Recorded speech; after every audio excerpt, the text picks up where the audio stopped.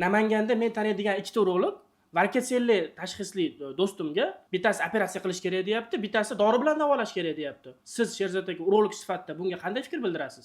Bunday holatlarda albatta faqatgina shu gap o'zi bilan emas, obyektiv holat. Birinchi ko'rish kerak mayaklarni, haqiqatda varikosellis bormi, o'zi diagnostikaga olib borish kerak. Undan keyin eng asosiy diagnozlardan bittasi, eng asosiy qilinishi kerak bo'lgan laboratoriya tekshiruvlardan bittasi bu urug' analizi, urug' foizlarini ko'rish. Agar urug' foizlari past bo'lsa, haqiqatda varikoselli 2-3 darajali bo'ladigan bo'lsa, bu yerda gap bo'lishi mumkin emas operatsiya. Agar birinchi darajali bo'lib, urug' foizlari norma bo'ladigan bo'lsa, bunday bemorlarga operatsiyadan vaqtinchalik to'xtab turish mumkin. Sababi varikoselli bor degani bu yugullab borib operatsiya qilamiz degani emas.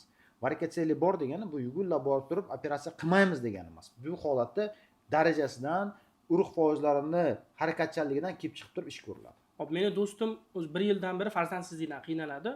Shu varikosellini farzandsizlikka qay darajada ahamiyati bor? Albatta bu juda katta ahamiyati bor. Varikoselli bu mayakdagi bir tushuntirish beradigan bo'lsak, mayakdagi qon tomirlarni, qaytuvchi qon tomirlarni kengayib ketishi, ya'ni vena qon tomirlari. Bunday holatlarda kengayib ketganda qon qaytadan mayaklarni, ya'ni chiqindi qon mayaklarni qaytadan oziqlanadi. Bunday holatlarda bemorlarimizda mayaklarda hajmlari kichrayish va urug' ishlab chiqaruvchi leydik hujayralaridagi istashini, ya'ni kamayish hisobiga urug' foizlari yoki kam harakatchan qoladi yoki urug'larning soni kamayib ketadi yoki morfologiyasiga yomonlashib boradi. Ya'ni morfologiya deganda tuzilishi, nogiron urug'lar ko'payib boradi. Bunday urug'lar albatta farzand ko'rishga qarshilik qiladi. Farzand ko'r bo'lmaydigan, ya'ni urug'larning harakatsizligi tuxum hujayraga yetib bora olmaydigan qilib qo'yadi. Bu albatta to'g'ridan-to'g'ri ta'sir ko'rsatadi.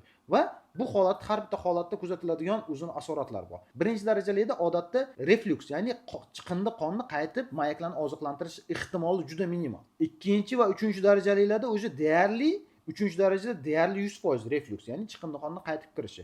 Ikkinchi darajada 50-50. Bu yerda ko'rish kerak, yaxshi o'zi mutaxassis albatta bu yerda bola odamni o'zi qilayotganda faqatgina shunchaki ko'rib qo'ymaydi-da, turg'izib, kuchantirib, ya'ni burunni berkitib, nafasni chiqaring boricha kuchaning deb turib, bu holatlarda qon qaytyapti, qaytmayapti shu narsani aniqlab, keyin xulosa beradi va bu xulosa bo'yicha bola operatsiya qilinadi yoki qilinmaydi degan xulosa beriladi.